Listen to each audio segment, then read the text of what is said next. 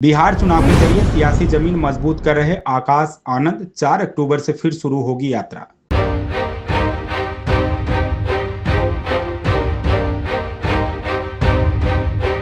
आकाश आनंद को बिहार में सर्वजन हिताय जागरूकता यात्रा का दारोमदार सौंपा गया है, जिसे वह पूरी शिद्दत से निभा। उनकी जनसभाओं में उमड़ रही भीड़ और कार्यकर्ताओं से मुलाकातें उन्हें बिहार की दलित राजनीति के नए चेहरे के रूप में तैयार कर रही है। बीते 3 दशक से बिहार में अपनी जड़ें जमाने की कोशिश में जुटी बहुजन समाज पार्टी इस बार आकाश आनंद के जरिए अपनी सियासी पकड़ को मजबूत करने की कवायद में जुटी है।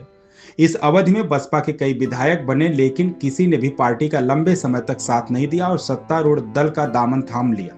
बीते चुनाव में जीते इकलौते विधायक जमा खां भी इसी परिपाटी पर चले। यही वजह है कि इस बार बिहार चुनाव की कमान बसपा सुप्रीमो मायावती ने अपने भतीजे आकाश आनंद को सौंपी। दरअसल बिहार चुनाव को आकाश आनंद के आगे के सियासी कैरियर की परीक्षा के तौर पर देखा जा रहा है। यदि वह बिहार में कुछ सीटें लाने में कामयाब हुए तो यूपी और उत्तराखंड की राजनीति में उनका दखल बढ़ सकता है। इस दिशा में आगे बढ़ने के लिए आकाश आनंद को बिहार में सर्वजन हिताय जागरूकता यात्रा का दारोमदार सौंपा गया है, जिसे वह पूरी शिद्दत से निभा रहे हैं।